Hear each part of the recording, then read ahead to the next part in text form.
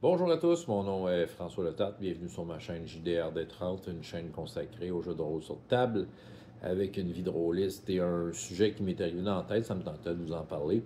Le sujet, c'est l'équilibre entre les personnages joueurs dans le jeu de rôle. Évidemment, c'est un sujet qui m'a été inspiré par rapport à des choses que j'ai jouées dernièrement, plus particulièrement avec les jeunes. J'ai vu des jeunes soulever un problème d'équilibre en parlant de leurs confrères qui avaient des fois des combos très cheatés. Puis qui étaient comme hyper efficaces en combat parce qu'il faut dire, bon, je joue à Chroniques oubliées. Chroniques oubliées, c'est très à la donjon, donc la plupart de tes affaires spéciales et ça va souvent toucher le combat et la façon de faire perdre des points de vie à l'adversaire. Fait que là, on avait ici, un joueur qui disait, hey, là, son personnage est ben trop fort, regarde ça. Puis là, bon, ok.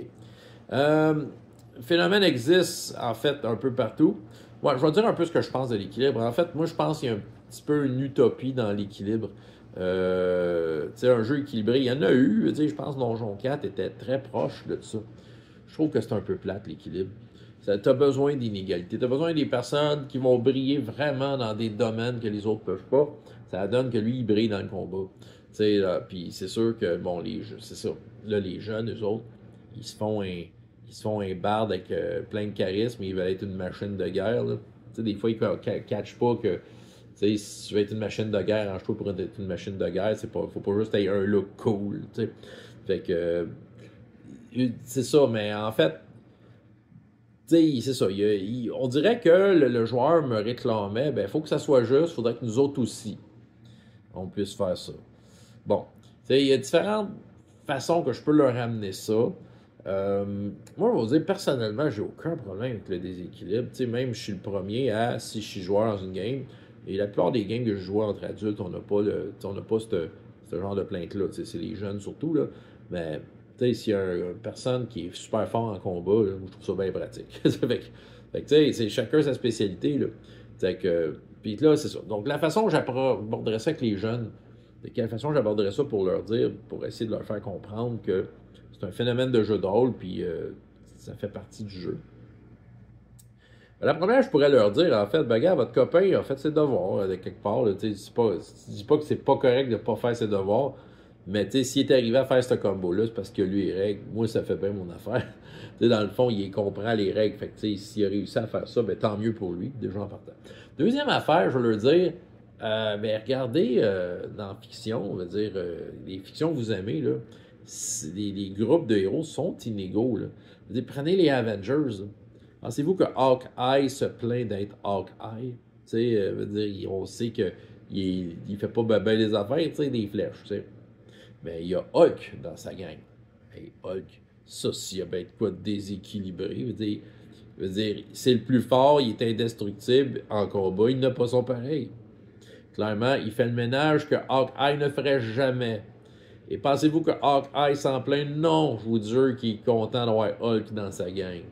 Puis, prenez les Justice League, ben, ils ont Superman. Faites le calcul, Superman. C'est le plus fort héros de tous les temps. Bon, ben, c'est ça. Fait que, Batman, il s'en plaint-tu? Ben, il s'en plaint, mais peut-être pas pour les mêmes raisons. Seigneur des Anneaux, veut dire, les Hobbits ont Gandalf puis Aragorn. C'est ça qui sont optimisés. Puis, Star Wars, puis moi j'ai plein d'exemples de Star Wars, les Jedi. Je me souviens d'avoir joué à Star Wars des 6, campagne que j'ai faite là très longtemps. Puis il y avait des personnages joueurs, c'était un Jedi, puis il l'avait optimisé. Ben sérieusement, il torchait. Je veux dire, il rentrait dans une pièce, 50 Stormtroopers les attendaient. Il se disait, pas de problème, le Jedi est avec nous autres.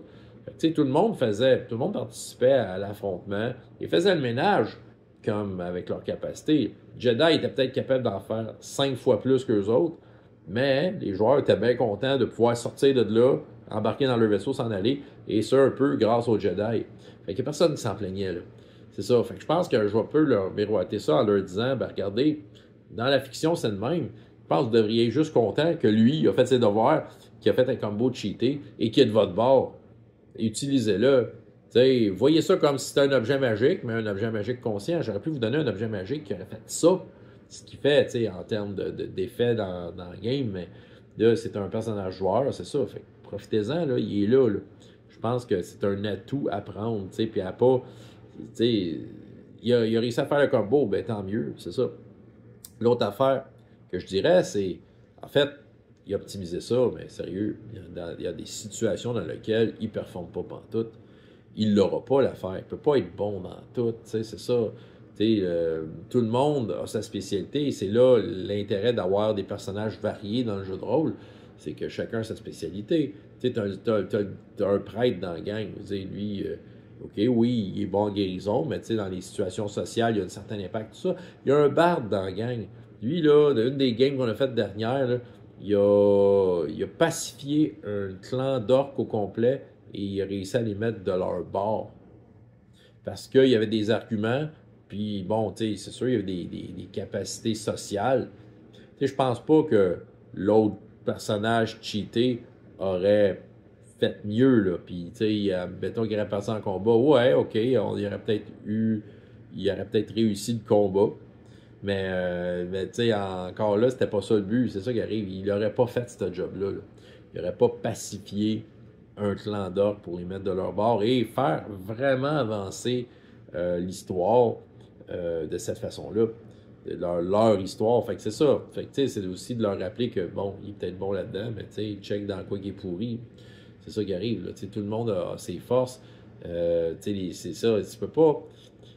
Là, j'ouvre la parenthèse. Moi, je trouve que l'équilibre, c'est un peu plate, de dire que ton personnage est efficace, égal dans toutes les scènes possibles, inimaginables. Voyons donc.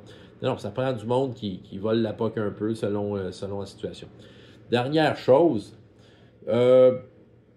c'est vrai que, au niveau du déséquilibre, ben, comme je dis, ça se peut qu'un personnage, par ses propres ressources et sans objet magique, ait trouvé un combo de fou. Ben justement, parlons-en des objets magiques ou des objets spéciaux. Ben, s'il y a des objets magiques qui arrivent dans la gang, ça va peut-être de dire aux joueurs qui ont optimisé, ben, tu peux les laisser eux autres. Tu sais, veut dire, peut-être que lui, il a trouvé un combo dans le Chroniques oubliées, dans sa race et profil pour arriver à ça. Les autres, ça va être probablement par des outils et des aides extérieures qui vont leur permettre peut-être d'accéder à un peu des capacités semblables ou du moins augmentant l'efficacité. Fait que ça va être d'inciter le joueur qui a réussi à monter son affaire. Ben, s'il y a un partage d'objets magiques, pense aux autres avant. Là, ça, je sais que ça va faire mal. Là. Les jeunes, ils trouvent l'objet magique. C'est à moi, même si c'est quelque chose qui est complètement inutile pour eux autres. Je pense que l'idée de partage va être là et de permettre à tout le monde d'accéder à un certain niveau d'efficacité satisfaisant.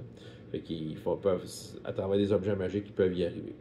En tout cas, c'est ce que je leur dirais. Qu'est-ce que vous en pensez de l'équilibre? Comme je dis, l'équilibre pour moi, c'est une utopie. C'est pas. Ça rend. Moi, je trouve ça moins intéressant.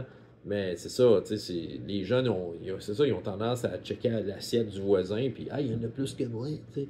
Puis, non, regarde, c'est pas de même, ça marche. C'est vraiment pas de même.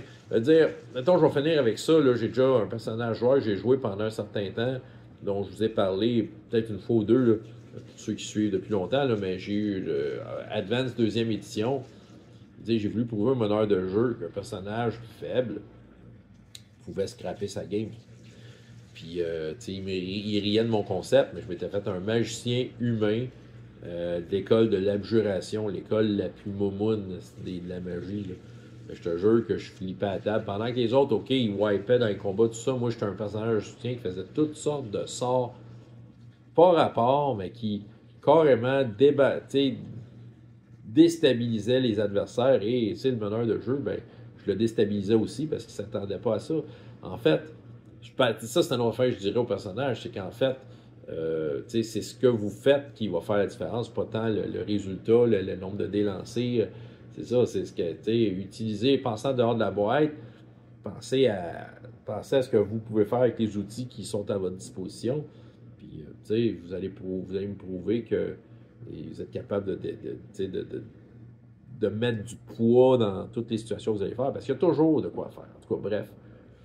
Fait que, un peu désordonné que ce soit, c'est ça que je vais vous raconter aujourd'hui. François Letarte, JDR des 30. Et jusqu'à la prochaine fois, il y a autant de plaisir dans la vie que dans les jeux. Au revoir.